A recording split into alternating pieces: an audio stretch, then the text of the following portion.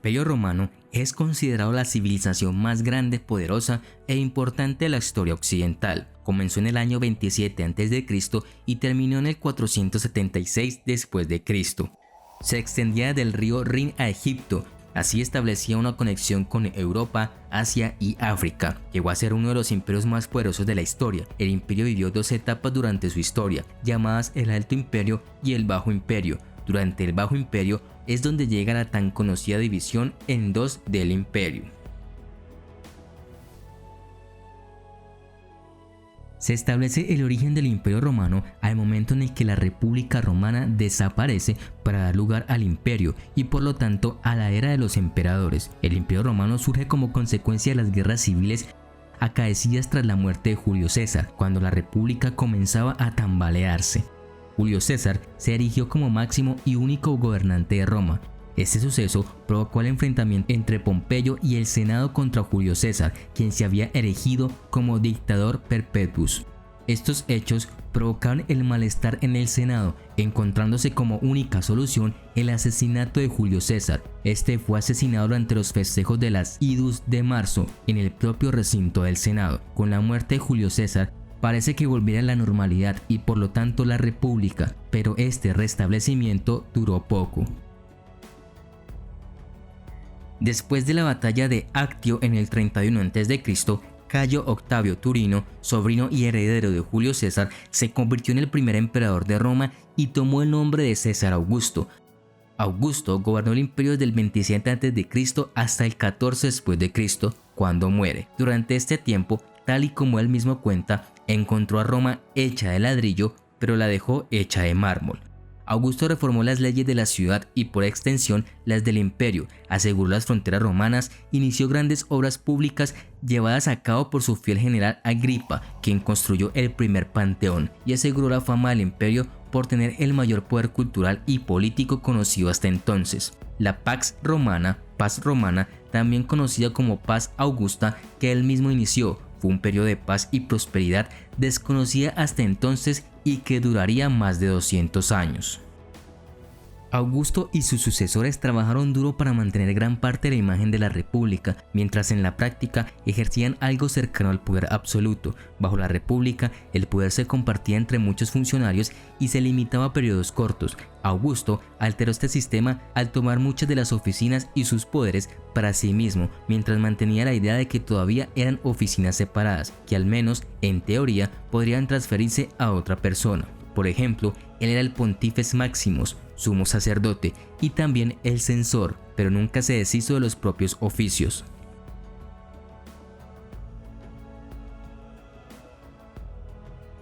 Augusto emprendió la gran tarea de reorganizar el Imperio Romano, introduciendo grandes reformas. El emperador era la máxima autoridad política, religiosa y militar en el Imperio Romano.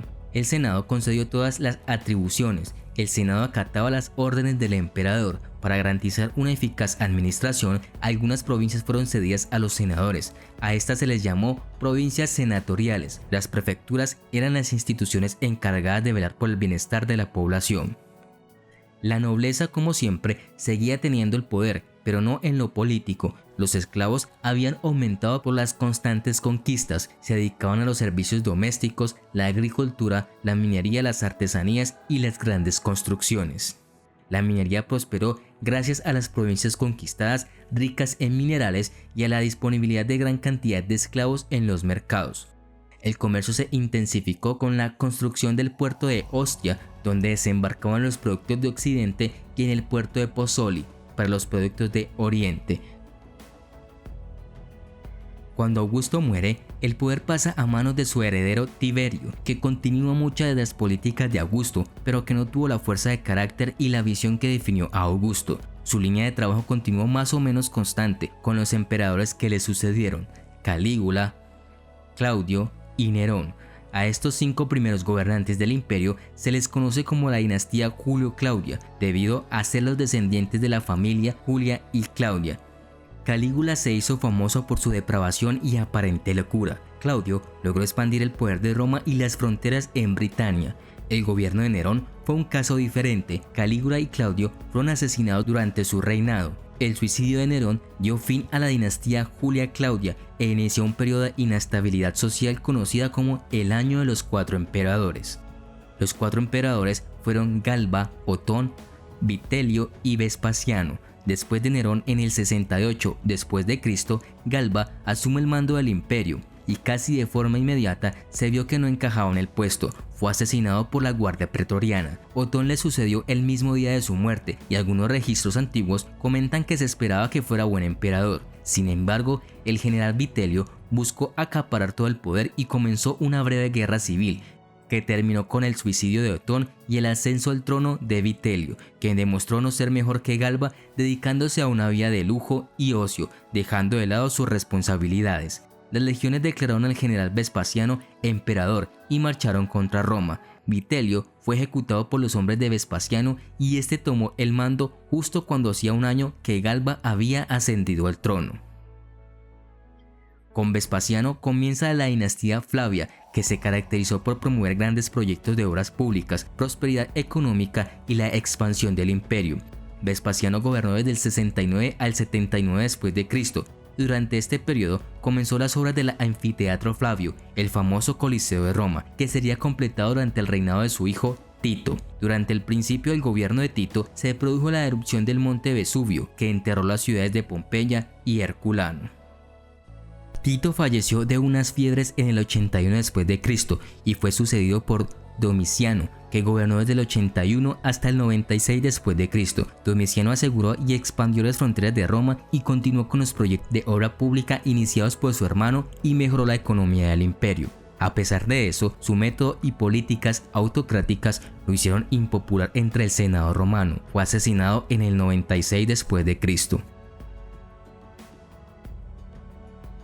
El sucesor de Domiciano fue su consejero Nerva, quien funda la dinastía Antonina, que gobernó Roma entre el 96 y el 192 después de Cristo. Este periodo estuvo marcado por una creciente prosperidad debido a los llamados 5 buenos emperadores de Roma. Entre los años 96 y 180 después de Cristo, 5 hombres excepcionales gobernaron Roma y llevaron al Imperio Romano a un nuevo periodo de esplendor: Nerva, Trajano, Adriano, Antonino Pío y Marco Aurelio. Bajo su mandato, el Imperio Romano se hizo más fuerte, estable y se expandió en tamaño y alcance. Lucio Vero y Cómodo son los dos últimos emperadores de la dinastía Antonina. Vero fue coemperador con Marco Aurelio hasta su muerte en el 169 después de Cristo y parece que fue una unión poco efectiva. Cómodo, hijo y heredero de Aurelio, fue uno de los emperadores más despreciados en la historia de Roma y fue conocido por su tren de vida lujoso a costa del imperio. Murió estrangulado en el 192 después de Cristo.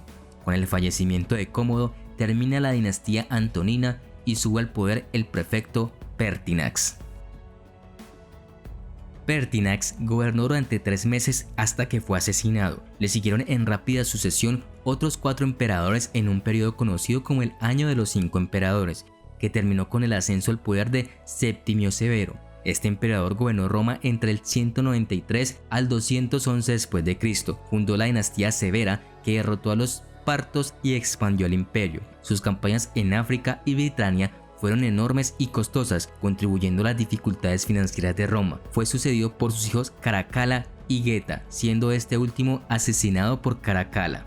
Caracalla gobernó hasta el 217 después de Cristo, cuando fue ejecutado por su guardaespaldas. Fue bajo su gobierno cuando la ciudadanía romana se extendió a todos los hombres libres del imperio. Esta ley se creó con el propósito de recaudar impuestos, ya que después de su promulgación el imperio tenía más habitantes a los que aplicar las leyes de recaudación. La dinastía Severa continuó bajo la manipulación de Julia Maesa hasta el asesinato de Alejandro Severo en el 235, que llevó al imperio a un periodo de caos conocido como la crisis del siglo III, y se caracteriza porque Roma se encuentra en una guerra civil constante, ya que varios líderes militares luchan entre sí por el control del imperio. La crisis además es notoria por la inestabilidad social y económica generalizada, debida en parte a la devaluación de la moneda romana que impulsaron los severos.